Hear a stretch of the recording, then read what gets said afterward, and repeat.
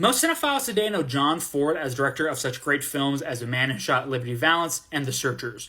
But decades before making these revered classics, Ford made a truly ambitious retelling of the American West in 1924's The Iron Horse, which comes in at number 96 on Silent Era's Top 100 Silent Movies list, a list I'm reviewing each movie on to determine whether or not I think they deserve to be known as one of the top 100 silent films ever made. The Iron Horse is an epic in every sense of the word. A romantic dramatization of the building of the transcontinental railroad, the Iron Horse is able to use a cast of thousands of extras alongside on-location, beautiful photography, and a grand overarching narrative of the founding of the American West. Even with this grand overarching narrative, Ford never lets us lose sight of the individuals in the story, as he effortlessly blends together heartfelt romance with exciting action sequences and his trademark Irish humor. You can see Ford blending together his overarching narrative things alongside his small individual character choices right at the beginning of the film. We first meet our two protagonists and childhood sweethearts, Davy and Miriam, as Davy and his father are about to leave west from Springfield, Illinois.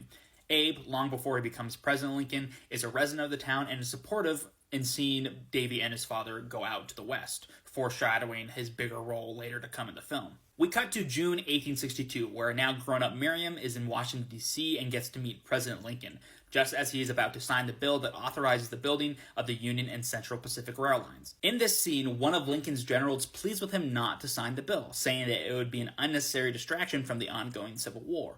However, Lincoln responds that the problems of war should not blind them of the problems of peace to come, arguing that connecting the East to the West is just as important for the nation as reunifying the North and the South. We would have lost a lot if the film had just jumped into the beginning of the building of the Transcontinental Railroad.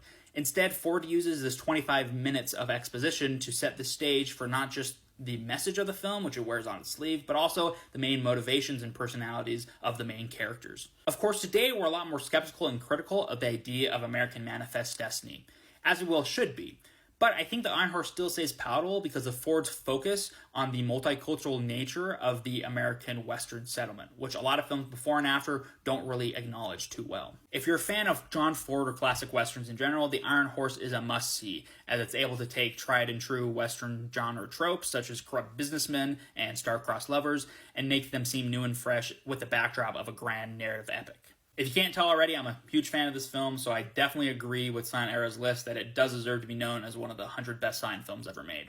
And I probably would bump it up 10 or 20 spots from 97. Now that you got to the end of my review, make sure you like this video and follow so you don't miss out on my next installment in this series, my review of Charlie Chaplin's City Lights.